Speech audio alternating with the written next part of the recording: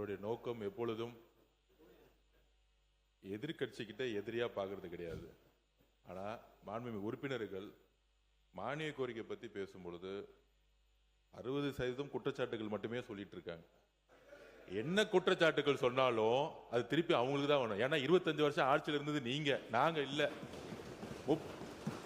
ஒரு 100 நாள் இருக்கக்கூடிய ஒரு கவர்மெண்ட்டை பார்த்து இதை செஞ்சீங்களா, அதை செஞ்சீங்களா, இப்படி செஞ்சீங்களா, அப்படி செஞ்சீங்களான்னு திருப்பி திருப்பி கேட்டுட்டு இருக்காரு.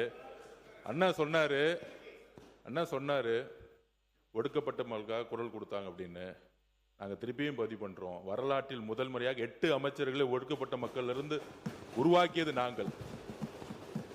இன்னொரு முக்கிய கோரிக்கை உங்களுடைய கட்சி தலைவருக்கு, நீங்க சொல்றீங்க நீங்க ஒடுக்கப்பட்ட மக்களுக்காக குரல் கொடுத்தீங்கன்னு. இன்னும் அறிவாலயத்தில் டாக்டர் அம்பேத்கருடைய சிலையை தயவு செஞ்சு வைங்க, பெரியார் சிலையை தயவு செஞ்சு வைங்க. அண்ணா சிலை மட்டும்தான் அறிவாலயத்தில் இருக்கு. இந்த மாதிரி உங்க கட்சிக்கான அம்பேத்கருக்கான மரியாதை முதல் அறிவாலயத்திலும் தொடங்குங்க. அதுக்கப்புறம் எங்களுக்கான உபதேசனையும் அப்புறம் சொல்லலாம். நம்மளுடைய நோக்கம் எப்பொழுதும் எதிர்கட்சிக்கிட்ட எதிரியா பார்க்கறது கிடையாது.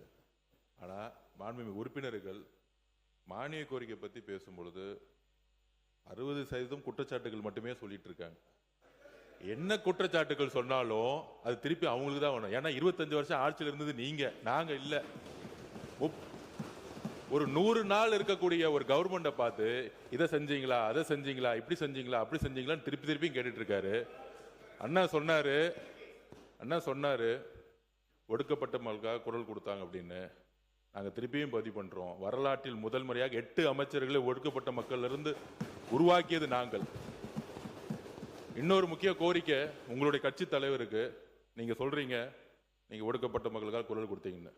இன்னும் அறிவாலயத்தில் டாக்டர் அம்பேத்கருடைய சிலையை தயவு செஞ்சு வைங்க, பெரியார் சிலையை தயவு செஞ்சு வைங்க. அண்ணா சிலை மட்டும்தான் அறிவாலயத்தில் இருக்கு. இந்த மாதிரி உங்க கட்சிக்கான அம்பேத்கருக்கான மரியாதை முதல் அறிவாலயத்திலும் தொடங்குங்க. அதுக்கப்புறம் எங்களுக்கான உபதேசனையும் அப்புறம் சொல்லலாம்.